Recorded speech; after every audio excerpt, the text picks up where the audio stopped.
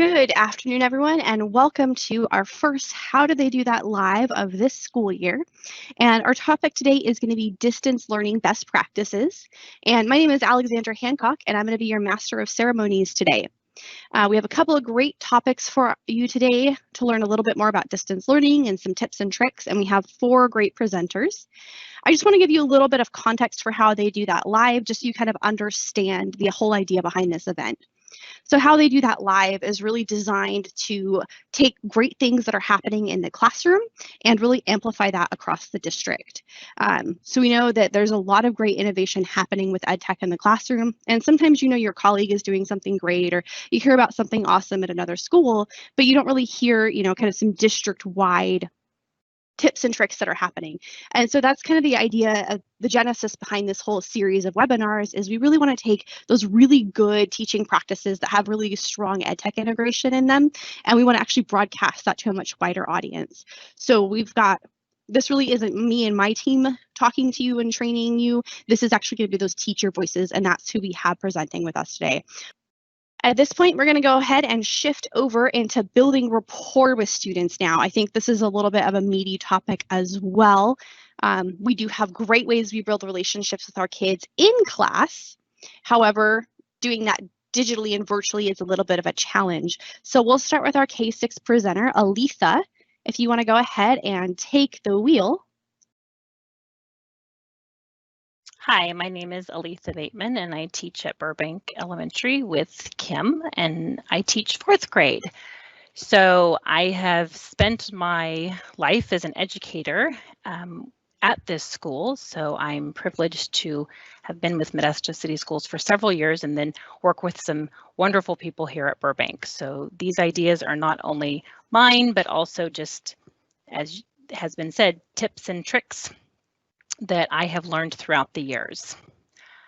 So here are some ideas, and probably a lot of this might not be new, but it's sometimes good to have a refresher on something. We have so much information coming our way.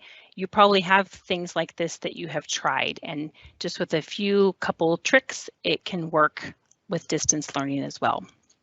I do a video game theme in my room, and so I do what's called Power Up, and each of my teams, when I'm in the classroom, they have a video game name. For example, Pac-Man or Pikachu, Mario, Yoshi, Minecraft, and so then that makes it easy then to have some different ideas and things to do when we're doing distance learning. My first week, I did an All About Me Google slide. It was all kind of fill in the blank. It was done for them. I was able to upload it into Schoology, and all the students had to do was to add their name, their age, different things they liked, different things they didn't like. So it was very engaging for them. I had all of my class fill it out, and also it gave me some background into what they liked and if they were really into math or reading or sports, or if they don't like school. So that kind of gave me a good insight about their family as well, because they answered questions about how many brothers or sisters they had, or who lives in their home.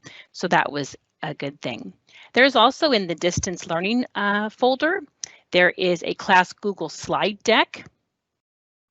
And that's really cool because whoever created that and put it in the folder, you can assign a Google slide to each kid, and they can manipulate it by adding a background and pictures, and there's certain questions for them to answer. So that's really cool, and my class is doing that right now as a kind of enrichment activity.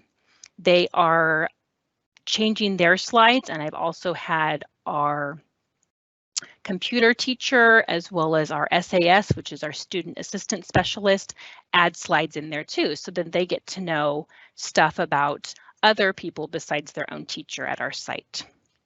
I encourage my students, and as we know, a lot of them sometimes don't do this, or their cameras will be on at the beginning of the day, but then they don't continue to be on during the day. But that's one of our expectations, is my camera is always on unless there's some sort of internet thing happening and I need to turn it off to share my screen. They always see my face, and they can see if things are going well on my end or if we're having some frustration. So I think it's important to still make those connections with them being able to see your face. I try to make eye contact with them, even if their camera is off, just looking straight into the camera so they know I'm listening to them. And also I have several students each morning that want to put their camera on and say, hello, good morning, how are you doing? I do start my conference about 10 minutes early to allow them to get in, and also for the families who are having some internet challenges because multiple kids are trying to access the Schoology pages at the same time. And then that way it lets them be able to chat and give a set status next to their name. So I really like that feature as well. My pictures that are on the side here, when I have my small group time, I do allow the students building rapport with myself as well as their fellow classmates to call on each other and to call on each other for help, to call on each other when we're doing answers and when we're working problems out together. So that was my fourth little dot there, that they're allowed to unmute when it's appropriate and call on myself to answer questions as well as other students in small group settings. And I have done my small groups. I have changed their names. I know my fourth grade co-teacher that works at my school as well has done the same thing, but she has done it with other topics, and I forget what her area of topics are, but that helps the kids. Mine are all ones that are game characters, and that's really cool because when it's small group time, they go to their small group picture. They go to Pac-Man or they go to Pikachu, so it's just a small group for them at that time, and I don't have kids popping in and out in a regular conference. It does take a little bit of extra work because you have to set those groups up yourself and you have to manage if you have kids that move in and out and that part of it, but they really enjoy being able to go to that particular character and get into that conference at their time, and it is their own time during that small group. And again, I already talked about the chat feature. I said that before class. And then they can talk, they can ask me questions, they can say hi to their friends and chat appropriately. And then also they set their status with a smiley face or a frown, things like that. I also do a morning check-in that was kind of talked about by some of the other teachers, how they're feeling, and we have a daily sentence building activity. And then I can also see how sometimes they're feeling with how they're building that sentence in the morning. And I do a lot of polls to try to keep them engaged. And that helps because then it could be a poll about what we're learning, but it also could be a poll about what's going on in our environment right now and how they're feeling about being at home. My small groups are a different course, and so I have added those courses myself. So when you look at my course dashboard, I have about 10 pictures because I have the ones that Power School and Schoology have populated for me. And then I have made 6 small groups. So I have 6 different cartoon characters or video game characters, Minecraft, Pikachu, Yoshi, Kirby, Pac-Man, and I am forgetting my last one. So I have 6 of them that I do. And then also an idea that was given to me recently, I haven't tried it yet because I do kind of log on early to my courses to give them some time, but is a virtual lunch bunch that you could stay on during lunchtime. And I know we've even had some of these listen and learn during lunchtime for ourselves, but just a virtual lunch bunch. That is also really cool because then they can have their food and sit and eat with you even though they're at their house. Can you go to my next slide, please? I do not do breakout rooms. When I do my small group, this was a question I saw that popped up in the chat. I'm not comfortable yet doing breakout rooms, and I don't know if that's just me. I'm concerned about them not being appropriate sometimes when there's not a teacher in the group with them. So I have 3 small groups that I run in the afternoons, and they're seen 3 times a week. Wednesday, I see small groups all day long, and I am in the course with them, the small group with them, and we are doing a specific learning activity during that time. Here's some other ideas for you to do. I know everyone is probably familiar with Class Dojo. I have done incorporated Class Dojo this year more with the families. I'm used to Remind, but our school is trying to use one platform since we're doing distance learning. So I am doing Class Dojo for the points. I'm also doing Class Dojo to send announcements. It's really good. They have lots of ideas. You can do a classroom story. The kids can have portfolios. There is a timer on Class Dojo.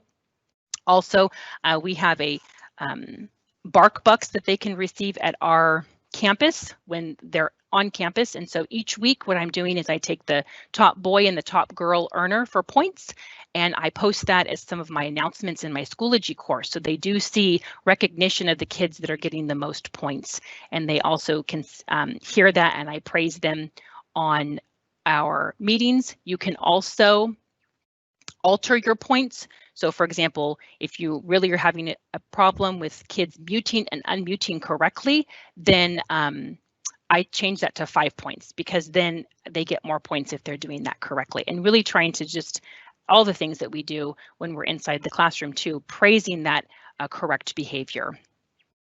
And then like I said, I talked about Remind. There's classroom timers. There's probably several websites you can go to. They really enjoy seeing those before the Schoology conference starts, just making sure you're picking an appropriate one for your group of kids or your grade level. And there's also wonderful things in those distance learning folders. Some things I was more familiar with before this year, and some things I'm becoming very familiar with this year. So I use Kahoot. We have done a Kahoot to give some teacher information and to go over procedures. They love that. My coworker has kind of done it for a fun Friday, going over vocabulary. Padlet, I did some of the district Padlets that were there, Would You Rather. Also, I've done them for class discussions. They really enjoy that.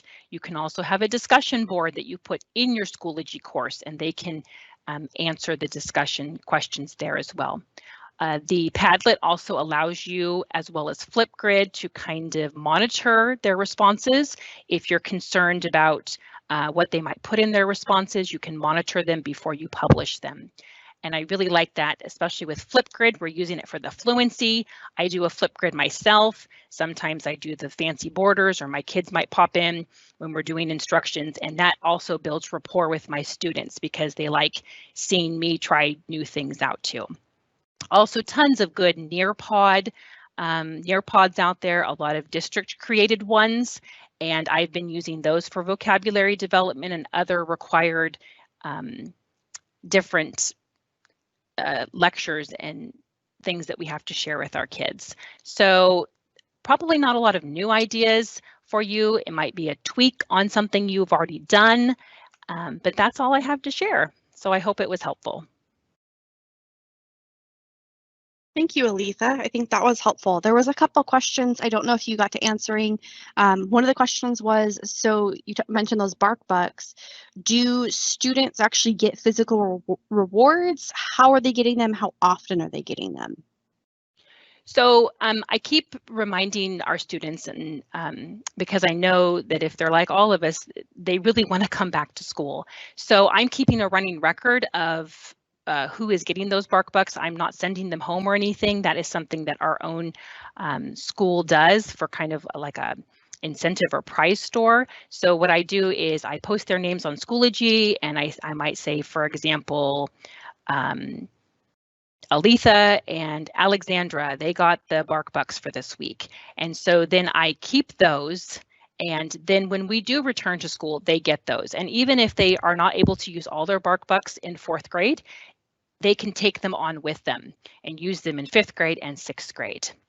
So I am keeping just a record right now. Nothing's being sent home to them, but I think that they really enjoy seeing their name pop up on the Schoology updates that, oh, I got 57 points this week and I was the winner.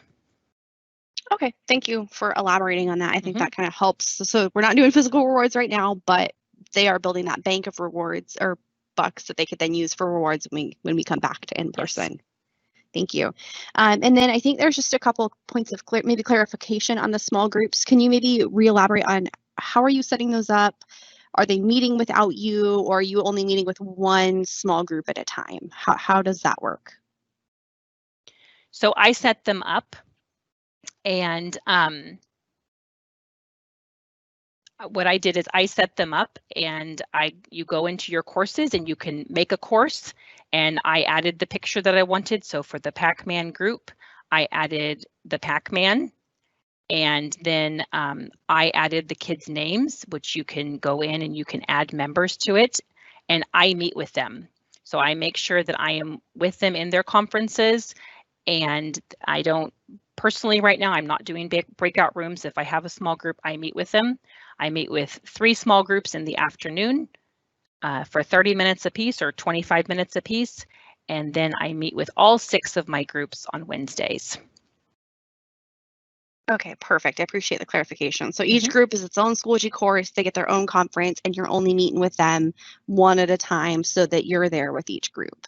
Yes, and I have approximately between 4 and 7 kids in each group. And as we know, as the afternoon goes on, sometimes when it's small group time, with some of them, it's more of a challenge to get them into that small group, but I try to use NetRef and post. I have things posted, announcements on my Schoology course, but I try my best to get them back in those. But yeah, I meet with the small groups myself each day. Perfect, thank you. And then this is a good one, and this might be good for me too. How are you doing Kahoots with them during distance learning? Because normally they need to see your screen to be able to do a Kahoot. Yeah, so that was a learning process for me. My coworker had done a Kahoot and encouraged me to try one, and so I got it all ready, and I tried to share it with them, and they're like, "We can't see anything." All they could see were the shapes that you're supposed to click on. So on Kahoot, there is a way that you can choose that you want them to do it, I believe, individually. So you can push it out to them, and then they take it themselves. They don't have to be doing it together in class. The other way is that if you have good internet connection and you can share your screen, then in Schoology, and I think you can do the same thing with Microsoft Teams, but in conferences, I would just share my screen, and then they would see the picture and the questions right there on my screen, and then on their own computer, they would be able to click whichever one they wanted appropriately. So it's been a little tricky. Letting them do it individually worked a lot better. That was kind of like my third try, but it did work, just probably not the best by sharing my screen. Perfect. Thank you for sharing that. I forgot that Kahoot had that individual option now, so I think that's a great way. We can all do the activities still at the same time, but they're not, stuck in lockstep and needing to see your screen. I think that's a great workaround. I don't think I saw any other questions for you come in, but we will probably have more Q&A time at the end, so definitely keep those awesome questions coming in. And then we have our final presenter at this point. So thank you, Aletha.